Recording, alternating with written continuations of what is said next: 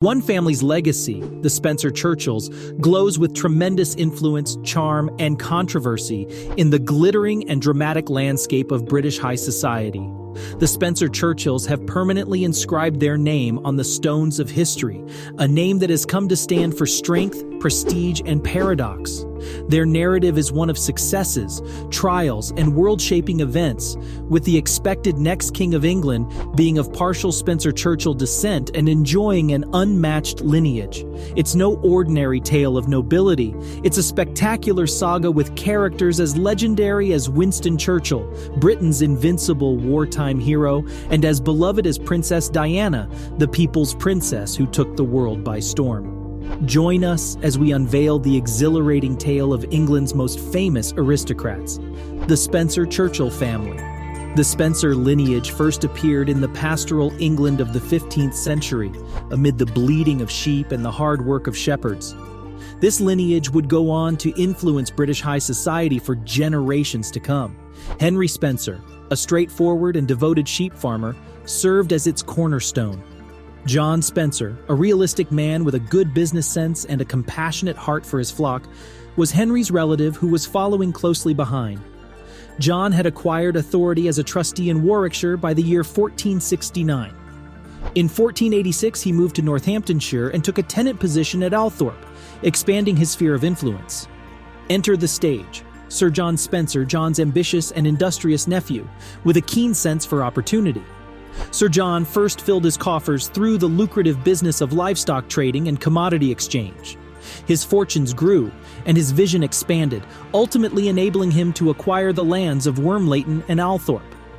The era was marked by the rich tapestry of the Middle Ages, where sheep held not only practical but also economic importance.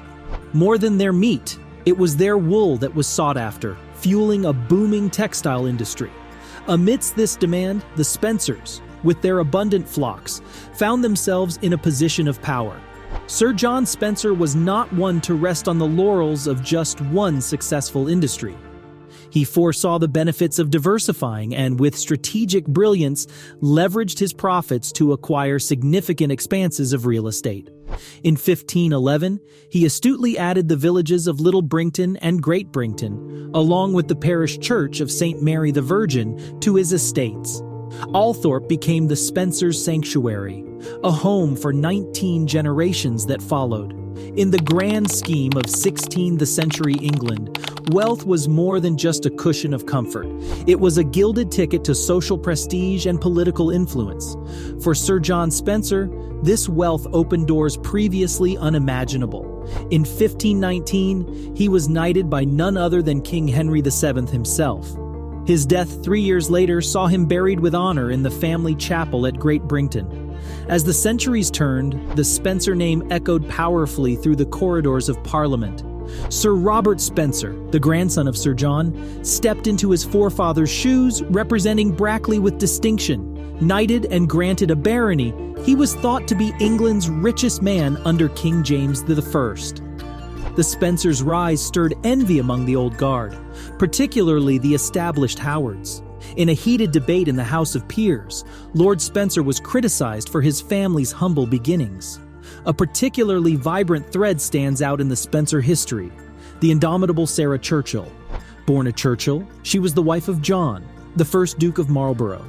In 1817, a significant development brought the Spencers and Churchills closer together, leading to the confluence of their surnames.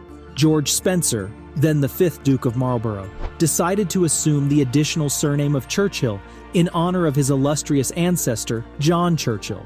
This decision was in part to preserve the name itself, which risked extinction with the lack of male heirs, but also to stake a claim on the legacy and prestige attached to the name of Churchill.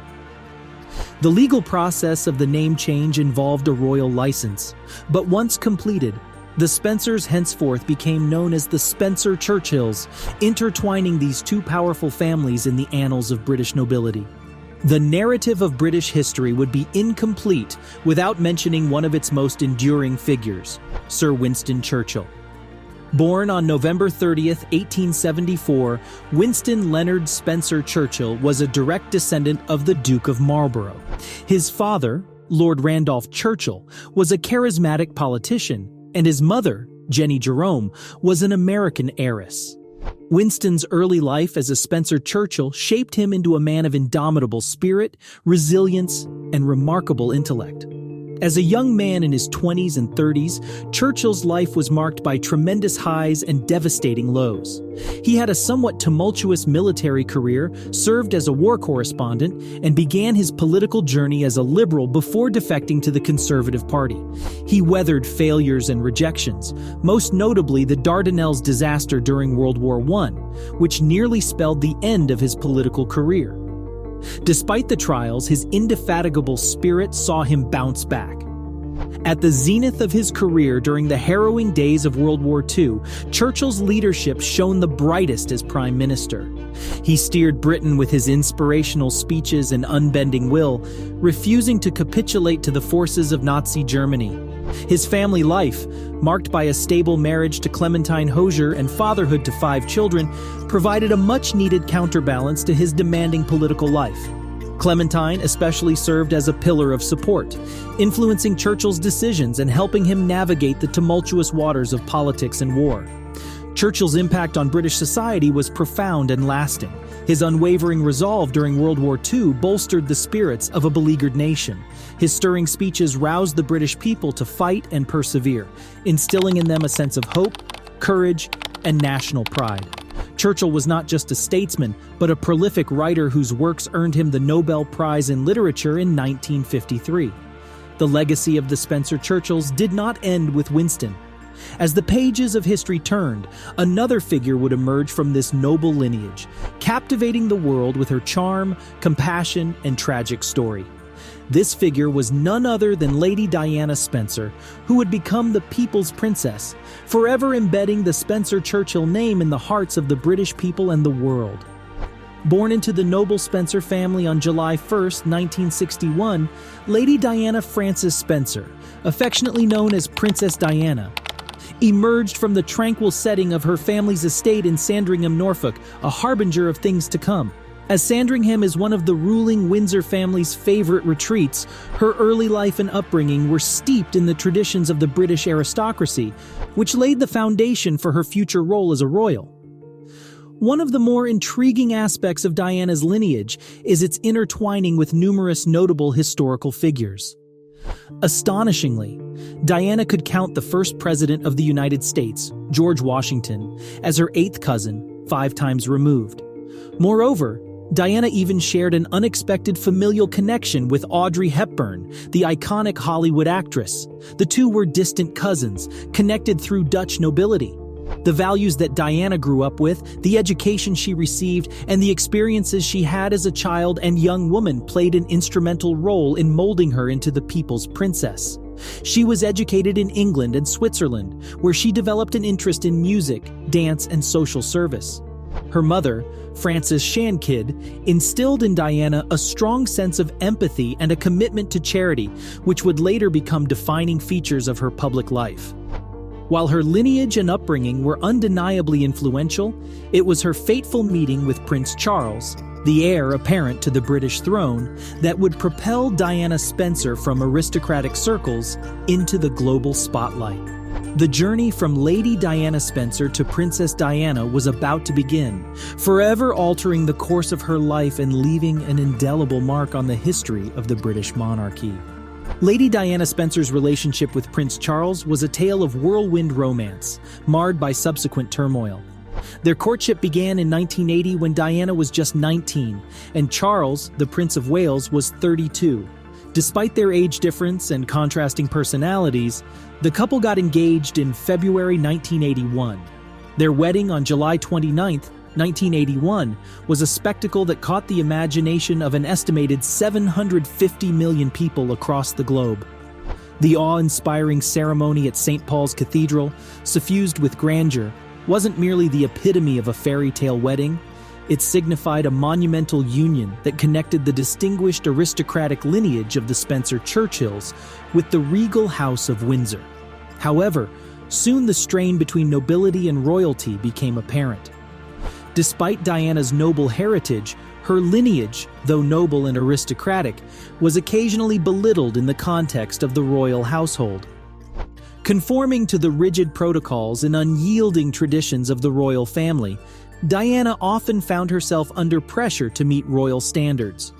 The tragic demise of Diana in 1997 sent shockwaves through the Spencer-Churchill family and the world.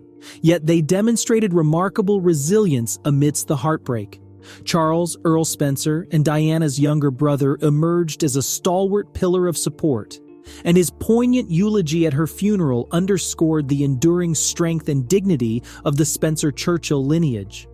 The story of the Spencer-Churchill family continued to bring to life the complex interplay of British aristocracy and royalty. It's a tale that weaves together history, influence, and resilience. A saga that continues to fascinate, offering a rich tapestry of the enduring allure of the British upper echelons. However, as the story of any family saga unfolds, it becomes apparent that aristocrats, like all others, are not immune to human frailty or controversy. The Spencer-Churchill dynasty is no exception, and at the forefront is James Spencer-Churchill, the 12th Duke of Marlborough. Throughout much of his life, he was no stranger to scandal, with his conduct straying far from the traditional stoicism of the aristocracy. His encounters with the law ranged from a month-long prison sentence for forging prescriptions in 1995 to another 6 months in jail for dangerous driving and criminal damage in 2007. In 2013, he faced accusations of spewing racial abuse toward a Sikh cab driver. Similarly to some of the more salacious behaviors of the patriarchs of the Spencer-Churchill clan in recent decades, the Spencer-Churchill women have also carved out laudable careers. Lady Mary Soames, the youngest daughter of Sir Winston Churchill and his wife Clementine, was a dynamic figure whose contributions to British society extended well beyond her role as the daughter of one of the country's most revered prime ministers. Born in September 1922, she was a beacon of resilience and strength, embodying the same spirit that defined her father's leadership during World War II. During her lifetime, she made significant strides in both public service and literature.